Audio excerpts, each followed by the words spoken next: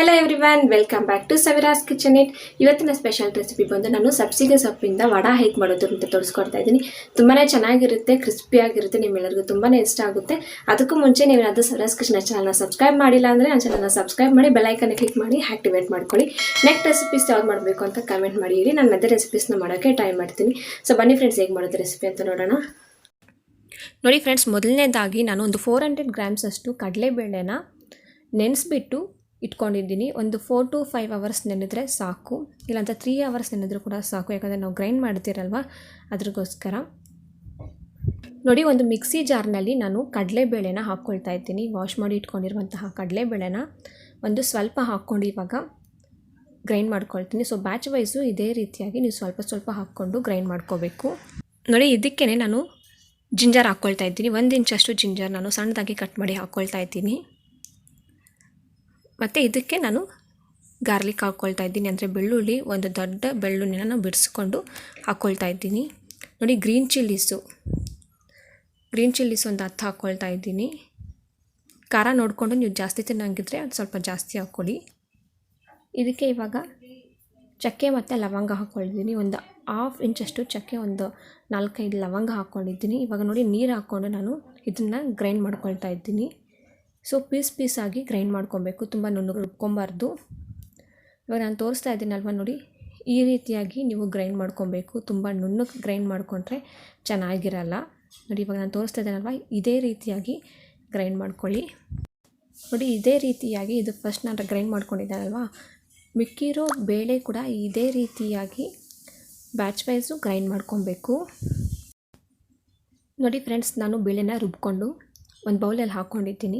ಇದಕ್ಕೆ ನೋಡಿ, ನಾನು ಒಂದು 2 ಟೇಬಲ್ ಸ್ಪೂನ್ ಆಗುವಷ್ಟು ಬೇಳೆನ ತೆಗೆದಿಟ್ಕೊಂಡಿದ್ದೆ, ಅದನ್ನು ಕೂಡ ಇದರಲ್ಲಿ ಹಾಕ್ಕೊಳ್ತಾ ಇದ್ದೀನಿ.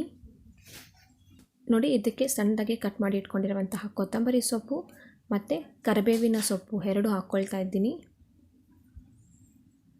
ಮತ್ತು ಸಣ್ಣದಾಗಿ ಕಟ್ ಮಾಡಿ ಇಟ್ಕೊಂಡಿರುವಂತಹ 2 ಬಿಗ್ ಸೈಜ್ ಆನಿಯನ್ನು ನಾನು ಹಾಕ್ಕೊಳ್ತಾ ಇದ್ದೀನಿ. ಇವಾಗ ನೋಡಿ, ಮೇನ್ ಇಂಗ್ರೀಡಿಯೆಂಟು ಸಬ್ಸಿಗೆ ಸೊಪ್ಪು. ಒಂದು 1/4 ಕಟ್ಟಾಗೋಷ್ಟು ನಾನು ಸಬ್ಸಿಗೆ ಸೊಪ್ಪನ್ನ ಸಣ್ಣದಾಗಿ ಕಟ್ ಮಾಡಿ ಇಟ್ಕೊಂಡಿದ್ದೀನಿ. ಕಟ್ ಮಾಡಿ ನೀಟಾಗಿ ವಾಶ್ ಮಾಡಿ ನಾನು ಇಟ್ಕೊಂಡಿದ್ದೀನಿ. ಇದಕ್ಕೆ ನೋಡಿ, 1 ಸ್ಪೂನ್ ಆಗೋಷ್ಟು ನಾನು ಸಾಲ್ಟ್ ಹಾಕ್ಕೊಳ್ತಾ ಇದ್ದೀನಿ. ರುಚಿಗೆ ತಕ್ಕಷ್ಟು ಸಾಲ್ಟ್ ನೀವು ನೋಡ್ಕೊಂಡು ಹಾಕ್ಕೊಳ್ಳಿ. ಇವಾಗ ಕೈನಲ್ಲಿ ಫಸ್ಟು ನೀಟಾಗಿ ಈ ಥರ ಮಿಕ್ಸ್ ಮಾಡ್ಕೊಬೇಕು. ಇದಕ್ಕೆ ವಾಟರ್ ಮಾತ್ರ ಆ್ಯಡ್ ಮಾಡ್ಕೊಬಾರ್ದು.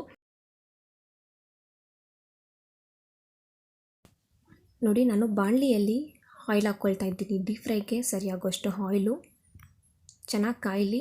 ನೋಡಿ, ನಾನು ಮಿಕ್ಸ್ ಮಾಡಿ ಇಟ್ಕೊಂಡಿದ್ದೀನಿ ನೀಟಾಗಿ, ನೋಡ್ತಾ ಇರ್ಬೋದು. ನೋಡಿ, ಈ ಥರ ಉಂಡೆ ಮಾಡಿದ್ರೆ ನಾವು ಕೈಗೆ ಹಡ್ಕೋಬಾರ್ದು, ಆ ರೀತಿಯಾಗಿ ಇರಬೇಕು. ನೋಡಿ ಈ ಥರ. ಇವಾಗ ನೋಡಿ, ನಾನು ವಡೆ ಹಾಕ್ಕೊಳ್ತಾ ಇದ್ದೀನಿ. ನೋಡಿ, ಕೈನಲ್ಲಿ ಈ ಥರ ರೌಂಡಾಗಿ ಮಾಡಿಕೊಂಡು ನೋಡಿ ಈ ರೀತಿಯಾಗಿ ಕೈನಲ್ಲೇ ನೀವು ಮಾಡ್ಕೊಬೋದು.